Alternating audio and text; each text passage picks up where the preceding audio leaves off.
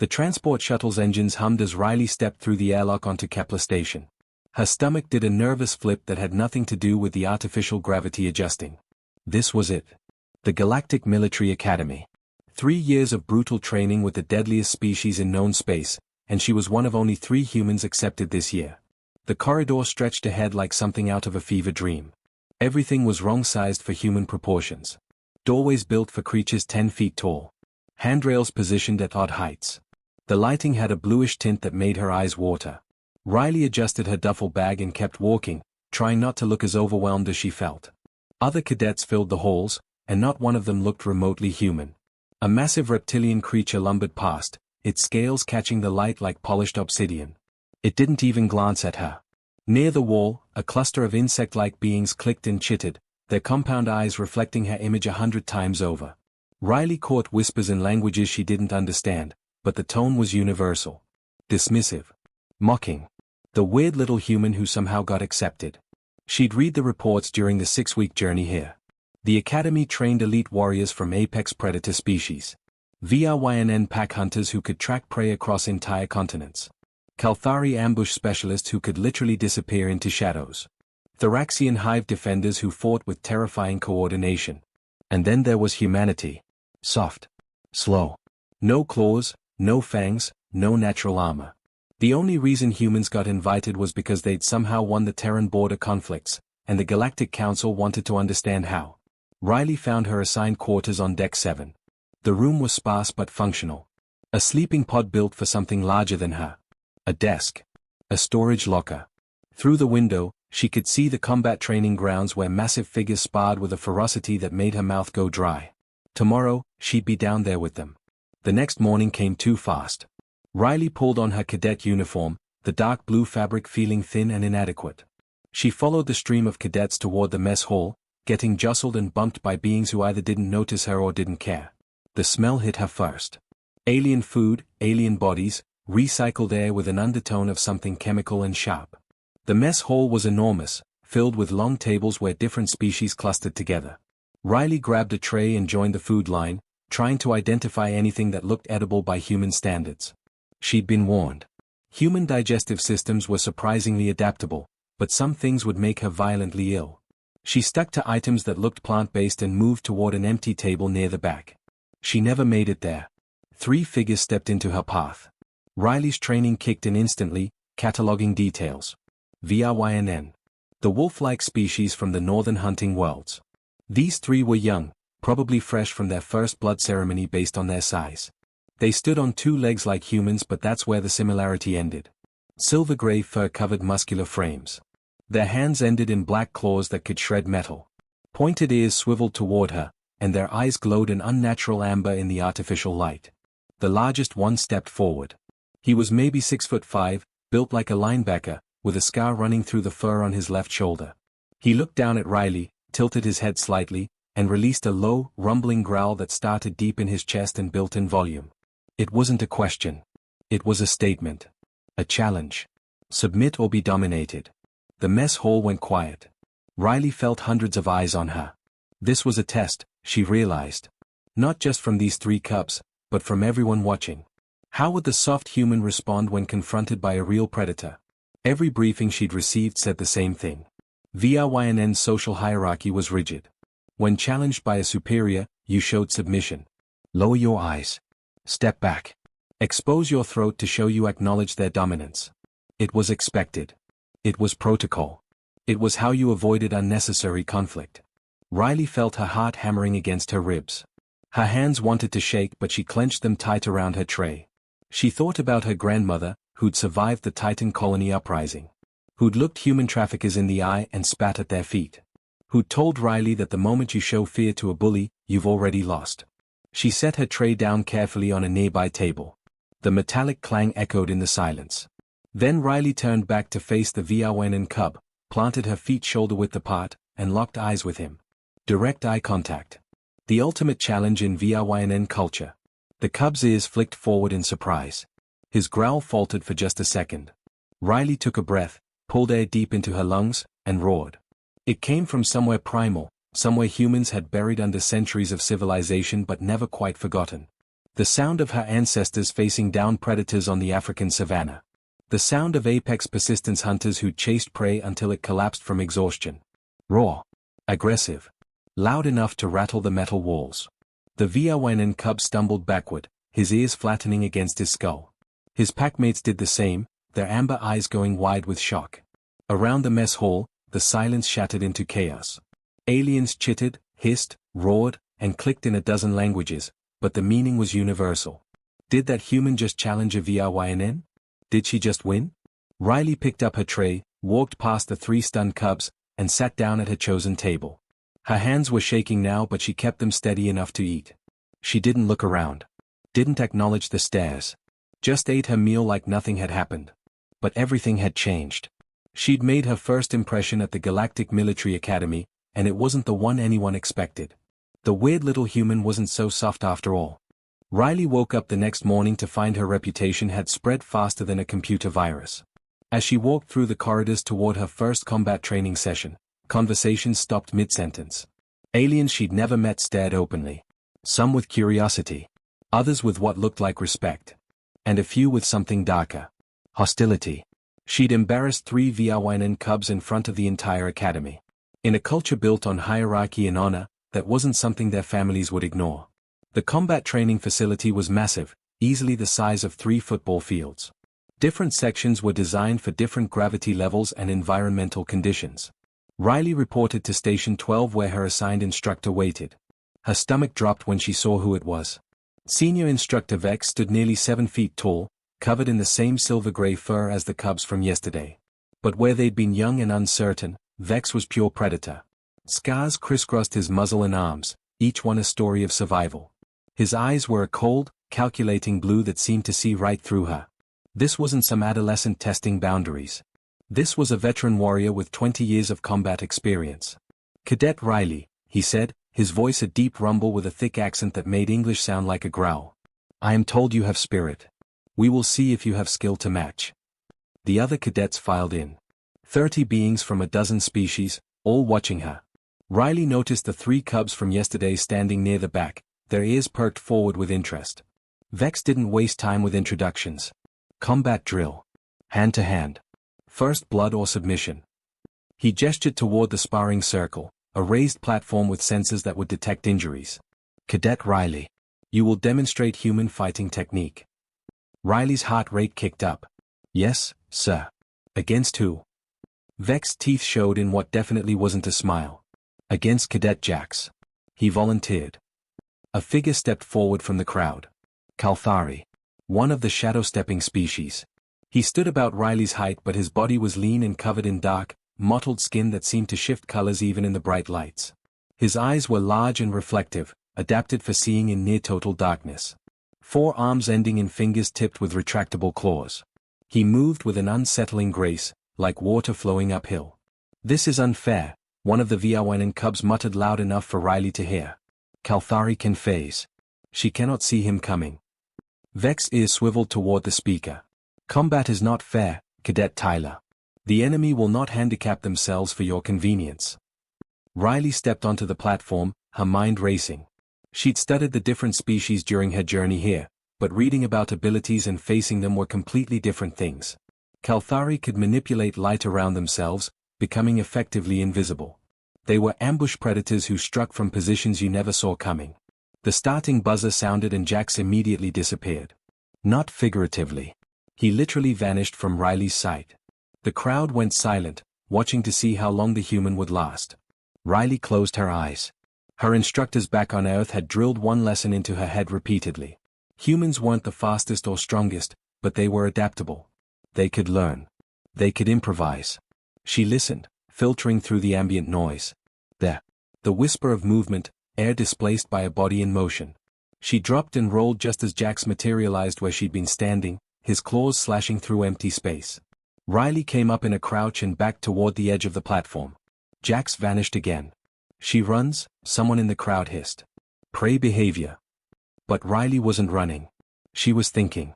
Kalthari vision was adapted for darkness, which meant bright light should mess with them. And they relied on ambush tactics, striking from unexpected angles.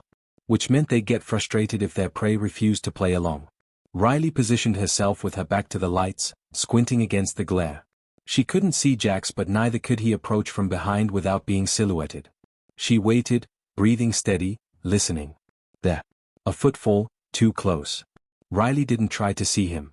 She swept her leg low in a wide arc, connecting with something solid. Jax stumbled into visibility, his concentration broken. Riley didn't give him time to recover. She closed the distance, got inside his reach where those long arms became a disadvantage, and drove her elbow into his midsection. Kalthari were ambush hunters, not brawlers. Jax folded around the impact, gasping.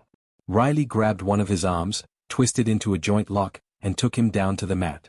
3 seconds later, Jax slapped the platform twice. Submission. The crowd erupted in shocked chatter. Riley helped Jax to his feet, and he nodded at her with something like respect before limping off the platform. Adequate, Vex said, which from his tone might as well have been high praise. Next pairing. But Riley's relief was short-lived. For the next 2 hours, Vex systematically paired her against every opponent who had a significant advantage. A Thoraxian whose exoskeleton made strikes ineffective. A massive VRYNN who outweighed her by 100 pounds. A flying species whose mobility made ground fighting pointless. Riley won some. Lost others. But she never quit. Even when exhaustion made her arms feel like lead, even when impacts left bruises blooming across her ribs, she got back up. And with each match, she learned something new. The Thoraxian's armor had joints that were vulnerable. The big VRYNN telegraphed his attacks with his ears. The flyer had to land eventually, and when he did, his hollow bones made him fragile. By the end of the session, Riley could barely stand. Every muscle screamed. She'd taken hits that would put most humans in a hospital. But she'd also earned something else. The other cadets weren't looking at her like a curiosity anymore. They were looking at her like competition. As the class filed out, Vex called her back. Cadet Riley. A moment. She limped over, trying not to show how much it hurt. Vex studied her with those cold blue eyes. You embarrassed my son yesterday in the mess hall. Tyler is young. Stupid. He challenged you improperly and you responded as any warrior would. Riley didn't know what to say, so she stayed quiet. But you shamed him in front of his peers. In my culture, this creates blood debt. Do you understand? Sir, I didn't mean disrespect. He challenged me and I responded. Isn't that how dominance works in VRYNN packs? Vex's expression didn't change. Yes. Which is why you are now part of his hierarchy. Whether you wish to be or not. He will test you again. And again. Until he reclaims his honor or accepts his place beneath you. He leaned closer. I will not make this easy for you, human. If you are to stand with predators, you must prove you belong.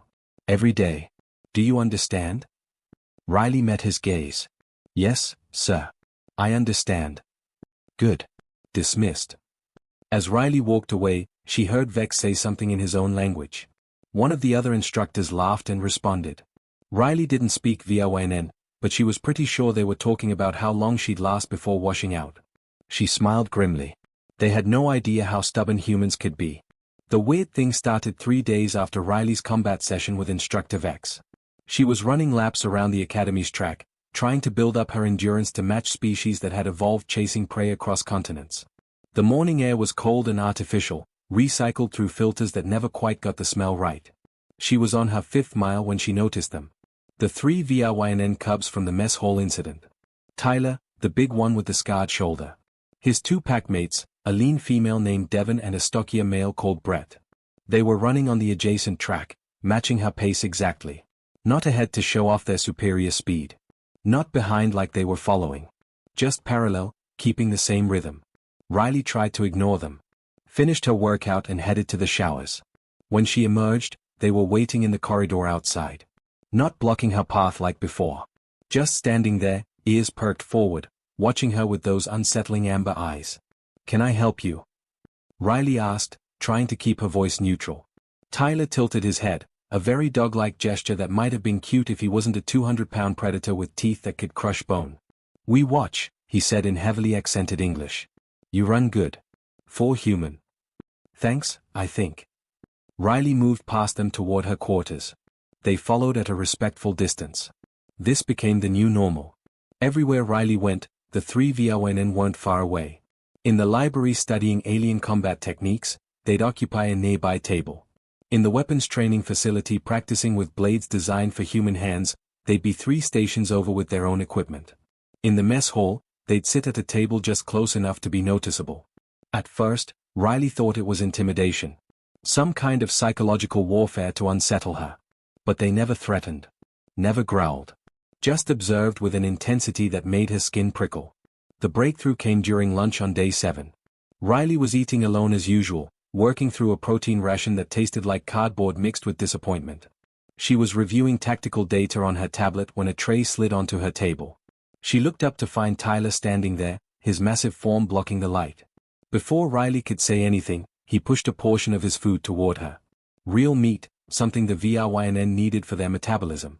It was probably worth twice what her rations cost. Then without a word, he walked back to his own table where Devon and Brett watched the exchange with focused attention. An alien at the next table, some kind of crystalline being whose name Riley didn't know, made a chittering sound that she'd learned meant surprise. Do you know what that means, human?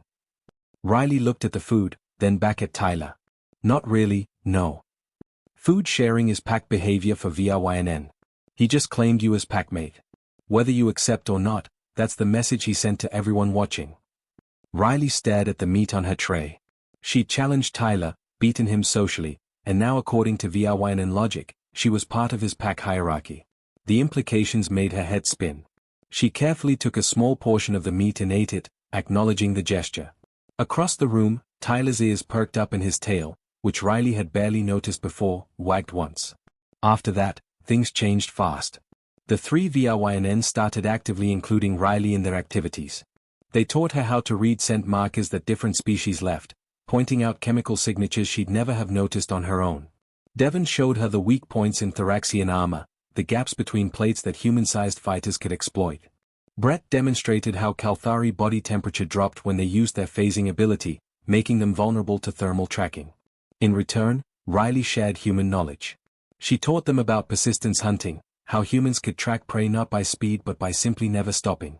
She explained tool use beyond simple weapons, how humans had learned to make fire, build shelters, create complex machines.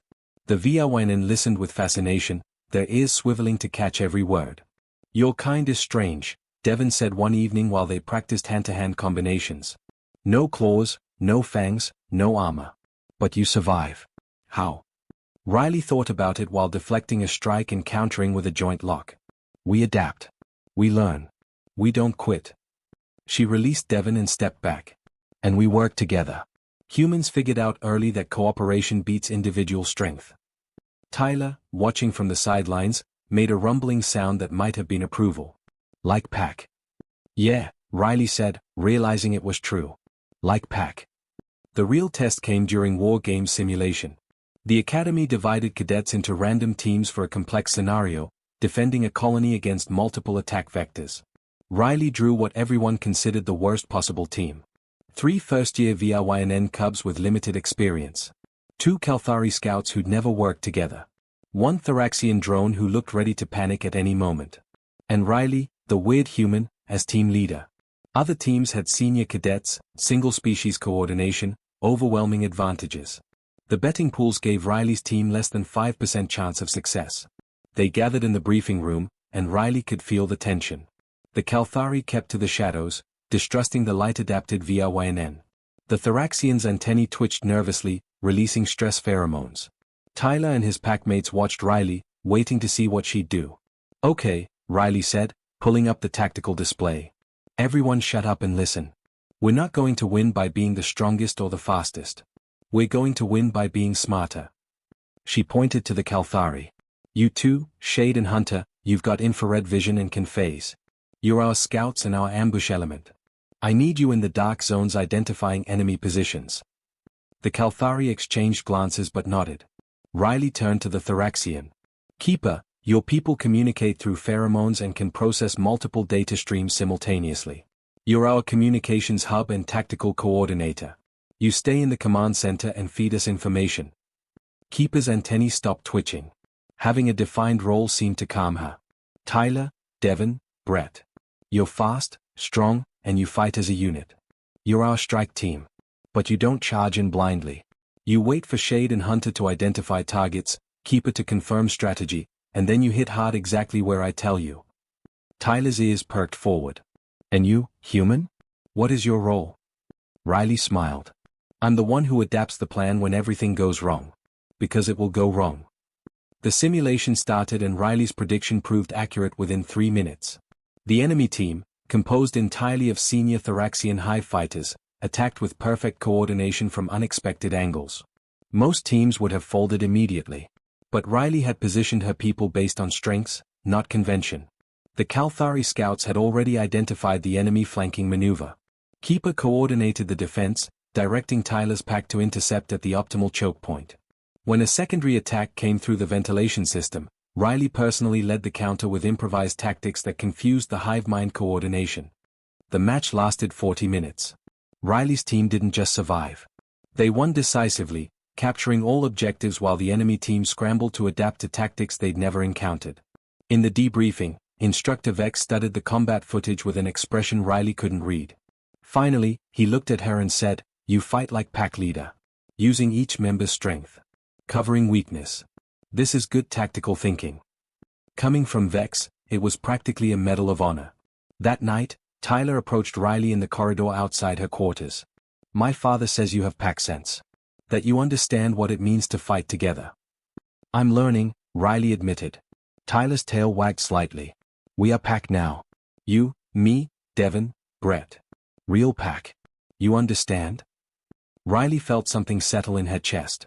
She'd come to this academy alone, representing a species nobody respected. Now she had a pack. Strange, alien, predatory, but hers. "Yeah, Tyler. I understand." The announcement came 3 months into the semester. Every cadet received the same message on their personal devices at exactly 0600 hours. Riley was in the middle of her morning workout when her tablet pinged. 3 words glowed on the screen in red letters. Apex Trial. Tomorrow. Mandatory. The mess hall buzzed with nervous energy that evening. Riley sat with her pack, Tyler, Devon, and Brett, along with the 2 Kalthari scouts Shade and Hunter, and Keeper the Thoraxian. They'd become her regular crew after the War Games victory. Now they were all reading the same briefing document with varying degrees of concern. "Fang Moon," Devon said, her clawed finger tracing the planetary data. "Volcanic activity. Acid precipitation. Indigenous predators classified as extreme threat level." Brett's ears flattened against his skull. 15% historical failure rate. That means injury. Medical extraction. Expulsion from academy.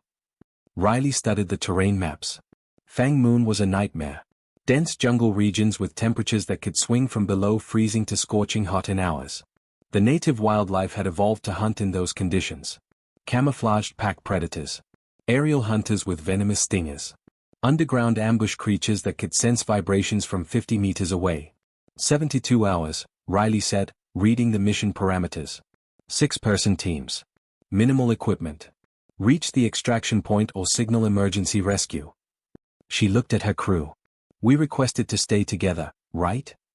Tyler nodded. "Request approved this morning. We drop as unit." Keeper's antennae twitched nervously. "My species does not handle isolation well. I will need close contact with the group to maintain cognitive function." "We stay together," Riley said firmly. "That's how we've made it this far." The next morning, they boarded the drop ship with 50 other cadets. The atmosphere was tense. Some teams were all veteran students with previous survival training. Others were mixed groups like Riley's, first years trying to prove themselves. Instructor Vex walked through the cargo bay, his blue eyes assessing each team with predatory focus. He stopped at Riley's group. "Your team drew Sector 7. Volcanic jungle. Worst terrain on the moon." His gaze fixed on Riley. "Your species evolved in warm climates, yes? You will struggle in temperature extremes." "We'll adapt, sir," Riley said, keeping her voice steady. Vex's tail flicked once, the VRYNN equivalent of a shrug. "Perhaps. Or perhaps we extract your bodies in 72 hours. He moved on without waiting for a response. The drop was rough. Their pod screamed through Fang Moon's atmosphere, heat shields glowing red, before slamming into the jungle canopy with enough force to rattle Riley's teeth. The hatch blew open and humid air rushed in, thick with the smell of sulfur and rotting vegetation. They'd landed in hell. The jungle was alive with sounds. Screeches, howls, and clicking noises that came from every direction. The temperature was already climbing, easily over 90 degrees with humidity that made breathing feel like drowning.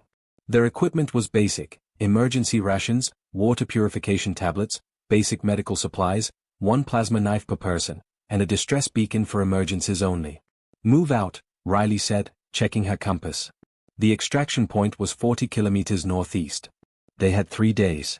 The first 12 hours went smoothly. Tyler and Devon scouted ahead using their superior sense of smell. Shade and Hunter moved through the shadows, their natural camouflage making them nearly invisible. Brett guarded Keeper, who struggled with the heat but kept her navigation systems accurate. Riley moved between positions, coordinating and watching for threats. They made decent progress, covering 15 kilometers before stopping to rest during the hottest part of the day. Riley found shelter under a massive tree with roots the size of her torso. The team huddled together, sharing water and checking their equipment. That's when the first attack came. The creatures erupted from the undergrowth with no warning. 6 indigenous predators, each about the size of a wolf but built low to the ground with chameleonic skin that had kept them invisible until they were practically on top of the team. Their mouths opened to reveal concentric rows of teeth designed for ripping meat. "Scatter!" Riley shouted, rolling away from snapping jaws. Tyler roared and engaged the nearest creature, his claws finding purchase in its thick hide. Devon and Brett flanked another, working as a coordinated unit. Shade and Hunter phased in and out of visibility, striking from unexpected angles. Riley grabbed her plasma knife and activated it, the blade humming to life with a blue-white glow. One of the creatures focused on her, probably sensing she was the smallest and weakest. It lunged with surprising speed. Riley sidestepped, let it overcommit, and drove the knife into the soft tissue behind its head. The creature shrieked and collapsed. The fight lasted maybe 2 minutes but felt like hours. When it was over, 4 predators lay dead and 2 had fled. The team regrouped, checking for injuries. Brett had a shallow gash across his shoulder. Keeper's exoskeleton showed scratches but no serious damage. Everyone else was bruised but intact. "First blood," Tyler said, panting heavily. "There will be more." He was right. Over the next 24 hours, they faced 2 more attacks. The local predators were pack hunters with some kind of rudimentary intelligence. They tested defenses, probed for weakness, learned from failed attacks. Riley's team adapted faster, developing signals and formations that combined each member's strengths. But on hour 34, everything went sideways. They were crossing a narrow ravine using fallen logs as bridges when the ground beneath them exploded. Underground predators, massive worm-like creatures with grinding mouths, erupted from below. The team scattered across the ravine. In the chaos, Tyler lost his footing and fell 15 feet into the ravine below. Riley heard his yelp of pain and her stomach dropped. "Tyler's down. Devon, Brett, get the others to the far side. I'm going after him." "Negative," Devon snarled. "Too dangerous. We stay together." "If we all go down there, those things will pick us off," Riley shot back. "Get to safety. I'll bring him back." She didn't wait for agreement. Riley rappelled down the ravine wall using emergency cord, her heart hammering. The underground predators were circling, their eyeless heads swiveling toward vibrations. At the bottom, she found Tyler wedged between rocks, his left leg bent at a wrong angle. "Broken." "Human," Tyler growled through gritted teeth. "Stupid. Should leave me." "Yeah, that's not happening." Riley pulled out her medical kit, injected him with a painkiller designed for VRYNN metabolism, and splintered his leg with materials from her pack. The underground predators were getting closer, their grinding mouths producing sounds that made her skin crawl. Riley looked around desperately. Fire. The thought came suddenly. Most predators feared fire instinctively. It was hardwired into evolutionary memory going back millions of years. But how do you make fire in a humid jungle with limited resources? She spotted a type of fungus growing on the ravine walls, the same kind that oozed flammable oils when crushed. Riley gathered handfuls, mixed it with dried moss from her pack, and used her plasma knife's heat to ignite the mixture. The fire caught, smoky and bright. The underground predators recoiled immediately, their bodies retreating from the flames. Riley fashioned a crude torch, held it high, and advanced. The predators scattered, disappearing back into their tunnels. She got Tyler to his feet, foot, and supported his weight as they climbed out of the ravine. It took 6 hours to rejoin the team. 6 hours of carrying a 200-pound VRYNN through hostile terrain while maintaining a torch and watching for new threats. By the time they reached the others, Riley's muscles were screaming and she was running on pure stubbornness. But Tyler was alive. And in that moment, watching Devon and Brett rush to help their packmate, seeing Keeper's antennae wave with relief and Shade and Hunter nod with respect, Riley understood something fundamental. The Apex trial wasn't about individual strength. It was about proving you'd never abandon your team, no matter the cost. They reached extraction on hour 68, ranked 3rd overall. But as they boarded the shuttle home, Riley knew rankings didn't matter. They'd all made it. Together. And that was the real victory. The medical bay smelled like disinfectant and something vaguely metallic that Riley couldn't identify. She sat on an examination table while a Thoraxian medic ran scanners over her body, cataloging the damage from 3 days on Fang Moon. Bruised ribs. Strained shoulder muscles. Dehydration. Minor burns on her hands from carrying that improvised torch for hours.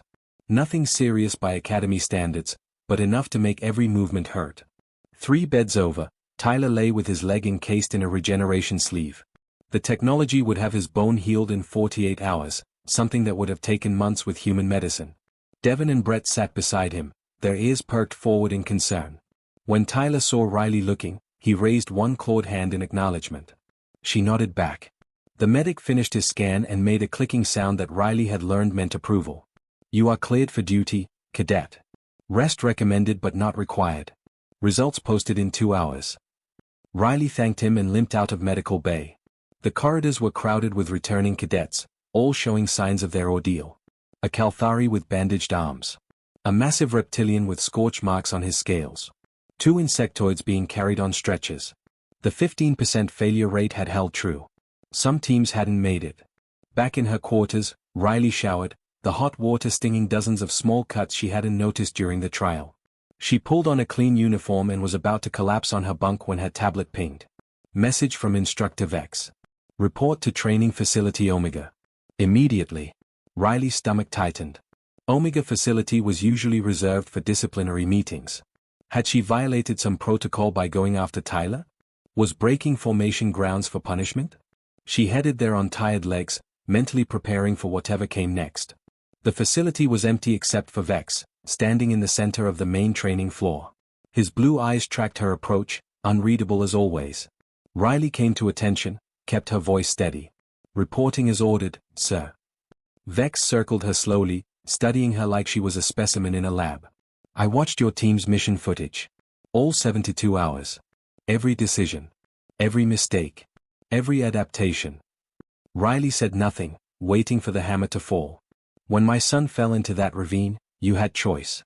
Continue to extraction with the team. Maintain mission integrity.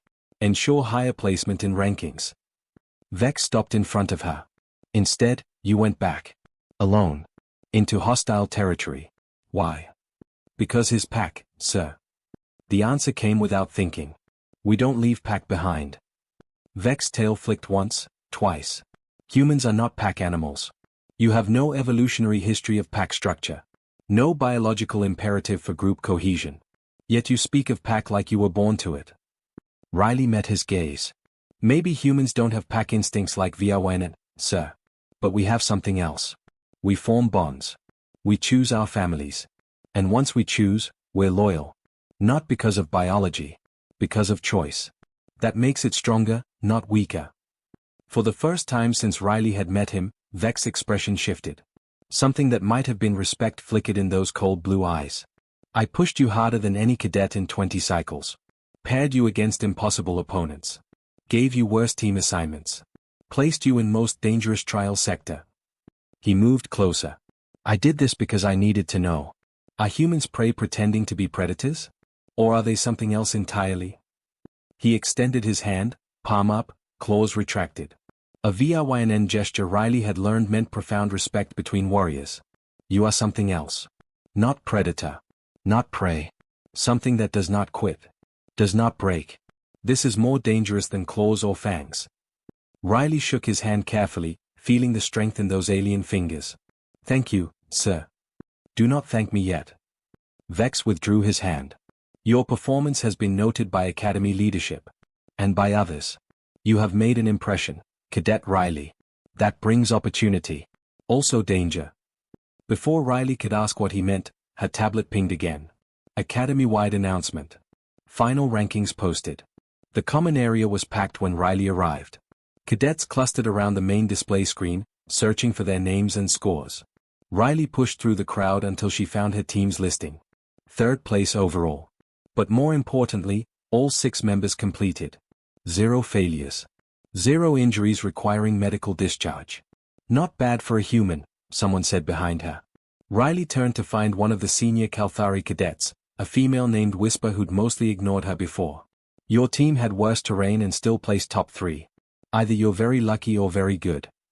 Little of both, Riley admitted. Whisper's large eyes reflected the screen's light. Luck runs out. Skill doesn't. She moved away, but there was respect in the gesture. The crowd parted and Tyler limped over, his packmates flanking him. The regeneration sleeve was still on his leg but he was mobile. Human Riley, he said formally. My father has given me permission to offer you something. Devon and Brett stepped forward, each carrying what looked like a braided cord made from silver fur. VRYNN fur, Riley realized. Their own fur, woven together. In our culture, Tyler continued, pack is everything. Blood pack is determined by birth. But choice pack, this is earned through loyalty and sacrifice. You went into danger for me. Carried me when you should have left me. This is highest honor among our people. He took one of the cords and tied it around Riley's wrist, his claws surprisingly gentle. Devon and Brett did the same with the other cord, securing it to her other wrist. The 3 VRYNN then placed their hands on her shoulders and spoke in their own language, a rumbling chant that echoed in the large room. The watching cadets went silent. Even the other species seemed to recognize the significance of what was happening.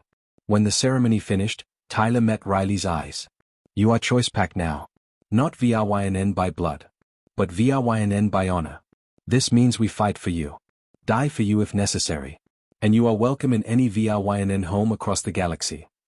Riley felt her throat tighten with unexpected emotion. I don't know what to say. Say nothing, Brett rumbled. Just don't make us regret it. The crowd dispersed as cadets returned to their normal routines. But Riley noticed the changes immediately. Aliens who'd avoided her before now nodded in acknowledgement. Species who'd dismissed humans as irrelevant now gave her space with respect rather than disdain. The VRYNN pack cords on her wrists marked her as something different. Something earned. Over the following weeks, other changes came. Riley received advanced training assignments usually reserved for second-year cadets. Her tactical assessments were circulated as study materials. When new human cadets arrived next semester, they sought her out for advice, seeing proof that humanity could succeed here. But the biggest change came 3 months later. Riley was called to the commandant's office and offered something unprecedented. A leadership position in a mixed-species reconnaissance unit headed for the frontier. Dangerous work. High casualty rates. But also high honor. You have proven something important, Commandant Drex told her, his 4 eyes studying her carefully. That humans can adapt to any environment, work with any species, and refuse to quit when others would surrender. The frontier needs that. We need that. Riley accepted without hesitation. On her last night at the academy, her pack threw a traditional VRYNN send-off ceremony. They gathered in the training facility, shared meat and stories, and howled together at the artificial sky.